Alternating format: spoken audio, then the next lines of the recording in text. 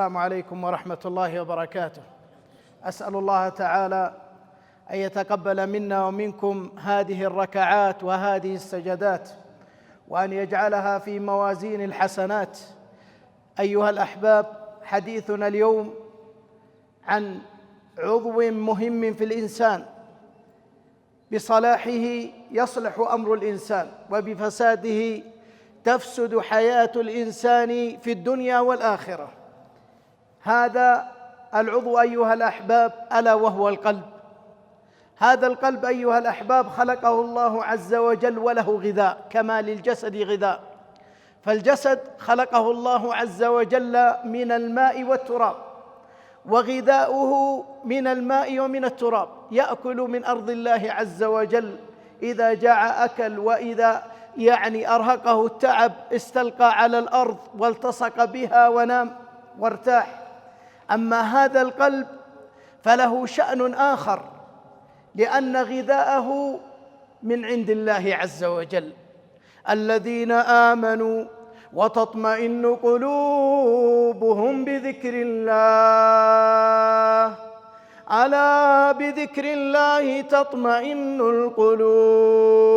والله لا تطمئن القلوب ولا ترتاح ولا تهنأ ولا يطيب لها عيش إن لم تكن علاقتها بالله عز وجل علاقة قوية، ذاكرة لله في كل وقت وفي كل حين، متعلقة بالخلاق العظيم، لأن الله عز وجل هو يعلم ما يصلح لقلوبنا وما يزكيها، وما الذي يرتفع بها، وما الذي يمنحها السعادة.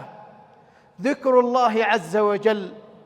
والله عز وجل قد أمرنا في آيات عديدة: يا أيها الذين آمنوا اذكروا الله ذكرا كثيرا وسبحوا بكرة وأصيلا. ذكر الله عز وجل هو سلوة المحزون. ذكر الله عز وجل هو أمان الخائفين. إذا خاف الإنسان، إذا اضطربت به حياته، إذا اختلت به موازينه، ذكر الله فهدأت نفسه وارتاح قلبه، لأنه معلق بالله الواحد الأحد سبحانه وتعالى، الذي يمنح هذا القلب السعادة، ويمنح هذا الإنسان الهناء والطمأنينة والاستقرار. تجد بعضهم قد ضاقت به يده، وقد قلت به الدنيا بمتاعها، ولكنه يعيش سعادة لا يعلمها إلا الله. وبعضهم لربما يملك من الدنيا ما يملك، ويجمع منها ما يجمع، ولكنه يعيش النكد ويعيش الهم ويعيش الغم. لماذا؟ لأنه علاقته بالله عز وجل علاقة ضعيفة، وحبل الاتصال بالله عز وجل مقطوع. فمن ذكرني في نفسه ذكرته في نفسي، ومن ذكرني في ملأ ذكرته في ملأ خير منهم. أيها الأحباب، عبادة يسيرة يسعد الله عز وجل بها القلوب، ألا وهي ذكر الله عز وجل.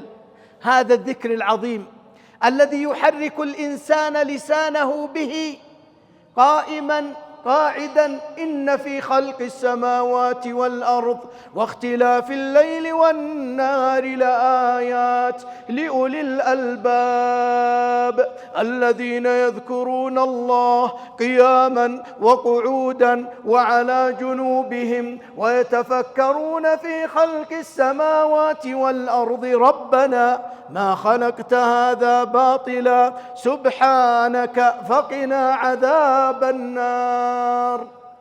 المؤمن مرتبط بالله عز وجل في كل أحيانه، مرتبط بالله عز وجل، لسانه ذاكر لله عز وجل. وهذا هو شأن المؤمن، لأنه يعلم أن الحبيب صلى الله عليه وسلم يقول: ألا أنبئكم بخير أعمالكم وأرفعها في درجاتكم وأزكاها عند مليككم، وخير لكم من إنفاق الذهب والفضة، وخير لكم من أن تلقوا عدوكم فتضربوا أعناقهم ويضربوا أعناقكم، فضل عظيم. قال الصحابة رضوان الله عليهم: بلى يا رسول الله. قال: ذكر الله. قال: ذكر الله عز وجل يبلغ الإنسان به مراتب عظيمة عند الله عز وجل، بل أولئك الذاكرون لهم السبق يوم يكون السباق إلى الله عز وجل، يوم أن تعرض الأعمال فينظر الإنسان إلى عمله وينظر إلى ثواب ما فعل في هذه الدنيا. قال الحبيب صلى الله عليه وسلم وهو مجتمع مع الصحابة رضوان الله عليهم: سبق المفردون. قال الصحابة: ومن المفردون يا رسول الله؟ من أولئك الذين سبقوا الناس؟ من أولئك الذين وصلوا إلى درجة عظيمة لم يصلها غيرهم؟ قال: الذاكرون الله كثيرا والذاكرات، الذين يذكرون الله عز وجل، إن دخل بيته ذكر الله، وإن خرج ذكر الله، وإن مشى في طريقه ذكر الله، وإن دخل المسجد ذكر الله، في كل أحيانه ذاكر لله مع الله عز وجل، مع الله عز وجل في كل أحيانه.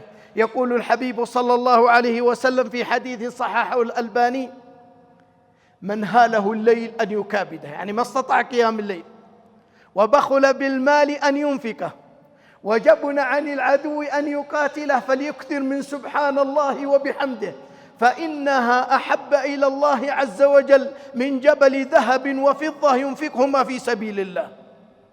الله أكبر، ما أعظم الله! الله أكبر، ما أرحم الله! الله أكبر، ما أعظم الله وما أكرم الله عز وجل! يعطي على العمل القليل الثواب العظيم. كل ذلك برحمة الله عز وجل، القائل: ورحمتي وسعت كل شيء. لذا يا أحبابي ذكر الله عز وجل هو المخرج إذا ادلهمت بك الخطوب، وإذا ضاقت عليك الدنيا بما رحبت، وإذا وقعت في مشكلة فالجأ إلى الله عز وجل. ذنون التقمه الحوت ثم غاص به في ذلك البحر العميق فأصبح في ظلمات ثلاث: في ظلمة بطن الحوت، وفي ظلمة البحر، وفي ظلمة الليل. أين المجيب؟ أين المنقذ؟ أين المسعف؟ لكن علاقته بالله عز وجل قوية. قال: سبحانك لا إله إلا أنت إني كنت من الظالمين. قال الله عز وجل: فلولا أنه كان من المسبحين للبث في بطنه إلى يوم يبعثون. لذا يروى أن الملائكة عندما سمعت صوت ذنون قالت: يا ربي، صوت معروف من عبد معروف. يقول: هذا الصوت نعرفه، هذا الصوت يا ربي دائما يسبحك، يا ربي دائما يحمدك، دائما يشكرك، لا يفتر لسانه عن ذكرك يا الله، مسبح لك. فاستجاب الله عز وجل له وأنقذه.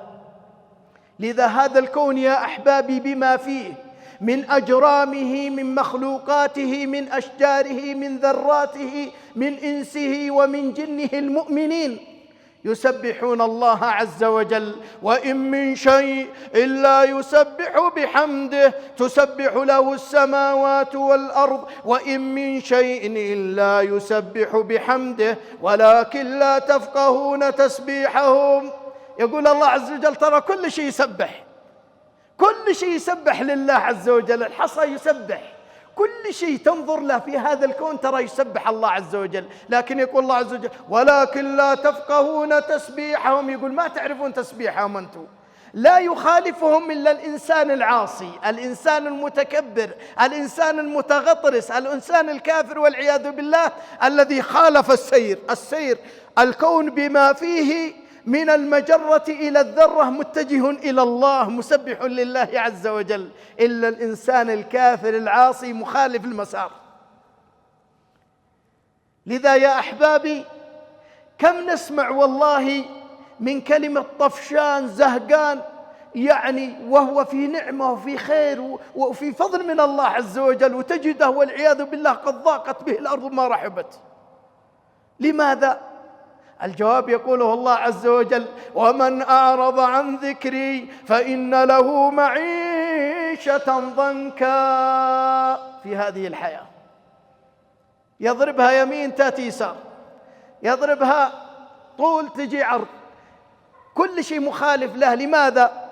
لأنه لم يمشي وفق مراد الله عز وجل وما يتعلق بالله عز وجل. فإن له معيشة ضنكا ونحشره يوم القيامة أعمى قال ربي لم حشرتني أعمى وقد كنت بصيرا قال كذلك أتتك آياتي فنسيتها وكذلك اليوم تنسى. الجزاء من جنس العمل، الجزاء من جنس العمل. لذا يا أحبابي ثواب الأعمال ثواب عظيم عند الله عز وجل. الذكر، ذكر الله عز وجل يعرج بالحبيب صلى الله عليه وسلم فيقطع تلك المسافة.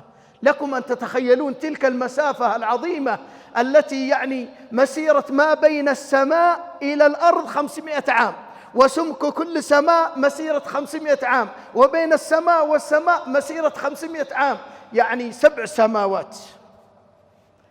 ثم يعرج بالحبيب صلى الله عليه وسلم إلى أن يصل البيت المعمور فيلتقي بإبراهيم عليه السلام وهو متكئ على البيت المعمور وقد نظر ثواب الأعمال. والآن الموقف لا يحتاج محاضرة ولا يحتاج درس طويل، وإنما تغريدة كما يقال، وإنما رسالة مختصرة من أبينا إبراهيم لأمة محمد صلى الله عليه وسلم. قال يا محمد أبلغ أمتك مني السلام وأخبرهم أن الجنة قيعان وأنها عذبة الماء وأن غراسها سبحان الله والحمد لله ولا إله إلا الله والله أكبر. يا من يحب الغرس ويحب الأشجار ويحب البساتين، بساتين الجنة مختلفة، لذا أغرسها من الآن. كلما قلت سبحان الله غرس لك في الجنة، ولن يغرس لك الله عز وجل برحمته غرسا في الجنة ثم لا يدخلك الجنة، لأن رحمة الله وسعت كل شيء.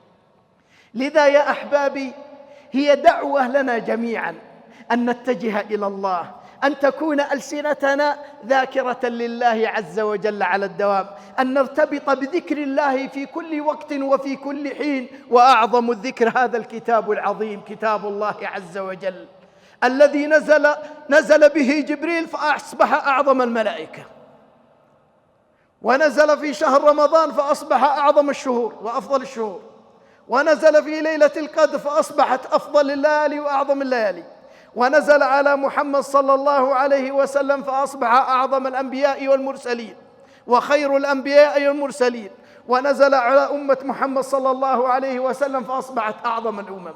ما بالنا نهجره؟ ما بالنا نعرض عنه؟ ما بالنا لا نتفقد كتاب الله عز وجل ولا يكون لنا وردا من كتاب الله عز وجل؟ والله إنه شفاء القلوب، والله إنه راحة النفس، والله إنه الهناء والبلسم على قلوبنا أيها الأحباب.